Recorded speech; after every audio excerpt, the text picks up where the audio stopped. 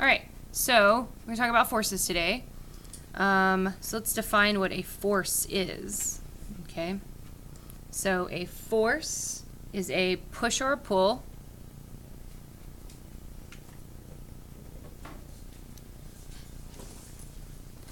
It is a vector quantity. Okay, which means it has direction. So that means it could be positive or negative. It has a symbol.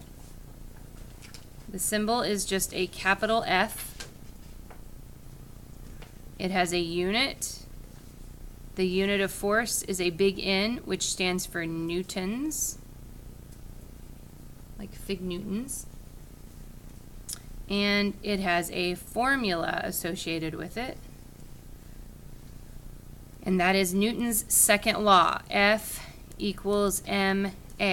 So this is Newton's second law. Okay, and this is where F is force in newtons, m is mass in kilograms, and a is acceleration, and that's in meters per second squared. This is the first time that we've seen or done anything with mass. Okay, the first time. All right, so then you have different types of forces. So here we go, types of forces. Okay, so first one is called, and you can't see that very well anymore, can you? Push that. Okay. It's called an applied force.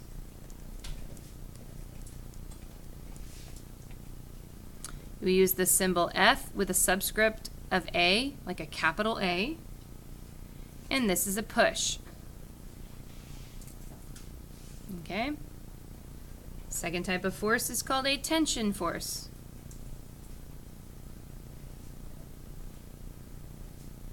And we use a capital F with a subscript with a capital T. And this is a pull. Anything with a string or a rope is going to have a tension force. You have gravitational, which is a big F with a lowercase subscript g. And this is the force of gravity.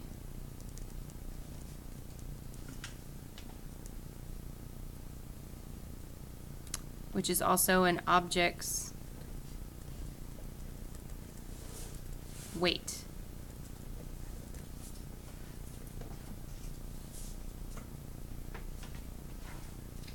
Okay. Fourth type of force is called a friction force. We denote that with a capital F with a lowercase f subscript. And this is any force that opposes motion. Anything. Could be friction like against a table, it could be air resistance, anything that opposes motion is considered a friction force. Okay. Oops. All right. And then that fifth type of force is a normal force. And so we denote that with a capital F with a subscript with an uppercase N. And this is a supporting force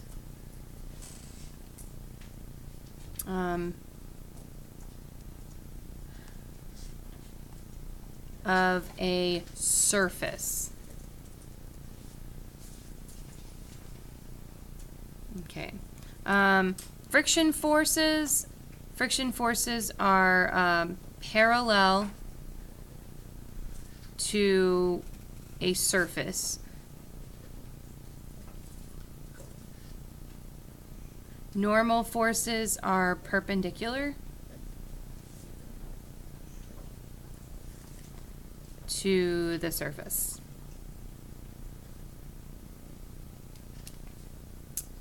Okay, so in our types of forces, there are contact forces and there's one field force.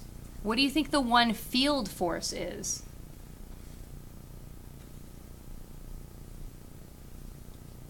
So a contact force is something where something has to touch it in order for a contact force to exist.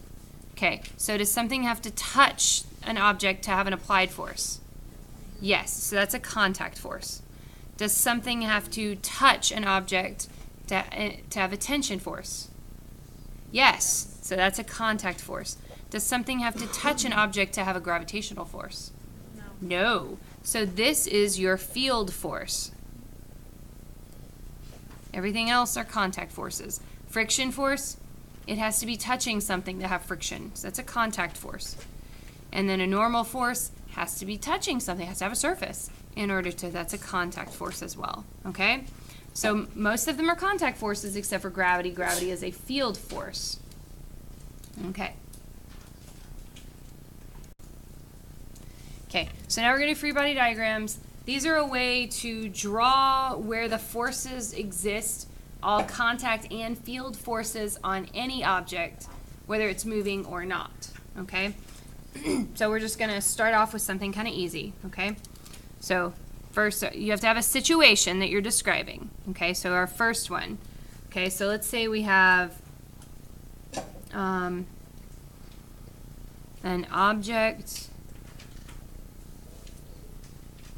is pushed at constant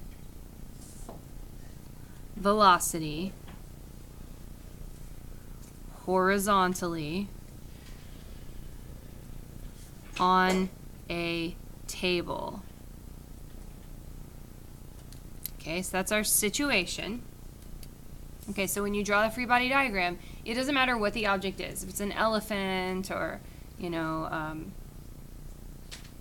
anything. It's a box, it's a book, it doesn't matter. You're always going to draw a box, no matter what it is, okay?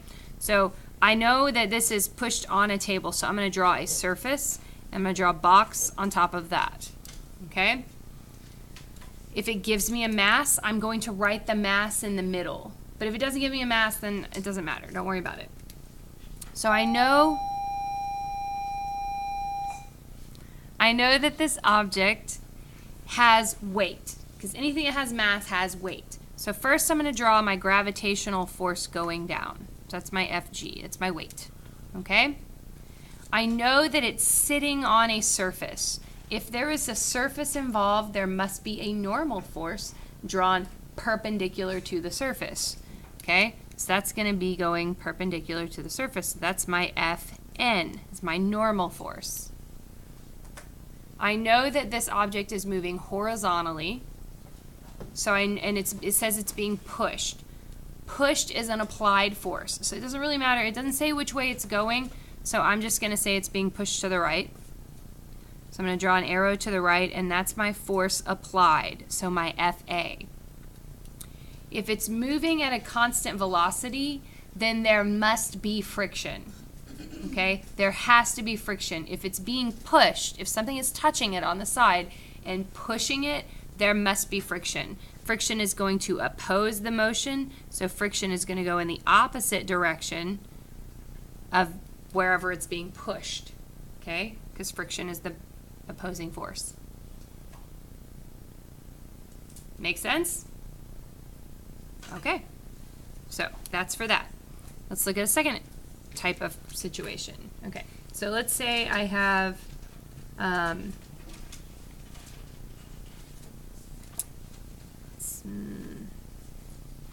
a wagon is pulled horizontally along a sidewalk with an angle from the horizontal.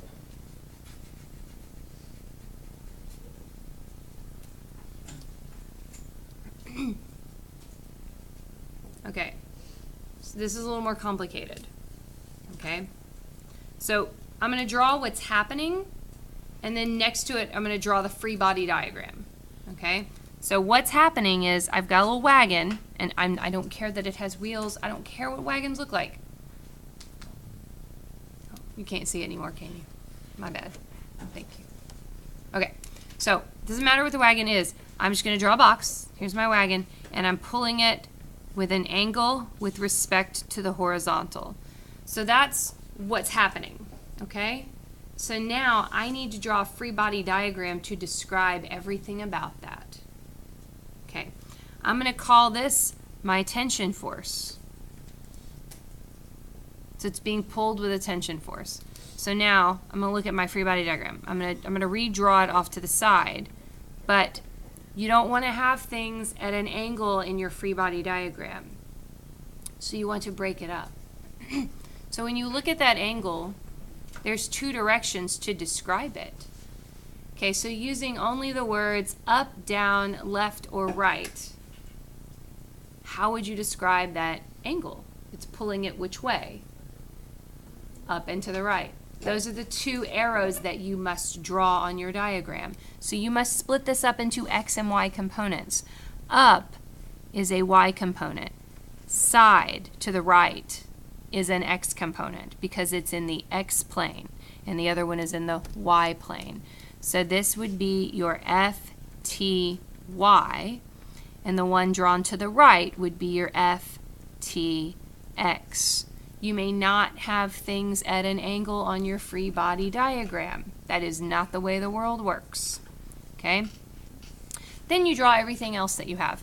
Okay, so let's say obviously it has mass, so it's going to have weight. So it's got an FG going down. Do you see that there is a surface? Surface means normal. So I've got a normal force also going up. So I have two forces drawn up, one drawn down, one to the right. I didn't tell you if it was constant velocity or not. Let's say it's at constant velocity, okay? So if it's at constant velocity, there must be an opposing force, otherwise it would be accelerating. So my opposing force is drawn in the opposite direction of the motion, and that's my friction. Okay, so this is the free body diagram for what is happening here at constant velocity. Okay, keep going. I'm going to leave it like that for a second. Okay, here we go. An object is at rest on an incline.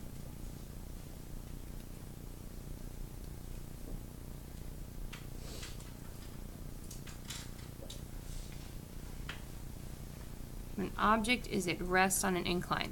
Okay, so first you draw the incline and then you draw the box on the incline. Now the object has mass. Gravity only goes down. It doesn't go at angles, okay? So first you're going to draw gravity straight down. Okay? But because this thing is at an angle, you have to tilt your entire free body diagram. So instead of it being like flat on a plane like on a sidewalk, you're going to tilt it, the whole thing. Which means you're going to have to break up gravity into two components. So you will have one component that is perpendicular to the surface and one component that is parallel to the surface. Okay, the one that's perpendicular to the surface, we call that FGY. The one that's parallel to the surface, we call that FGX. Because we have a surface, we must have a normal force. So then you have a normal force going up that is also perpendicular to the surface, tilted with the rest of the plane. And if it is at rest on an incline, then gravity is not pulling it down. It's like you're stuck on the slide. Like if you tried to slide down a slide in like your swimsuit when you were a kid and you just sit there stuck on it. What was keeping you stuck on it? Friction. Friction was keeping you stuck on it. So you've got friction going the opposite direction from the slide because it's keeping you from slipping. That's the free body diagram for an object resting on an incline.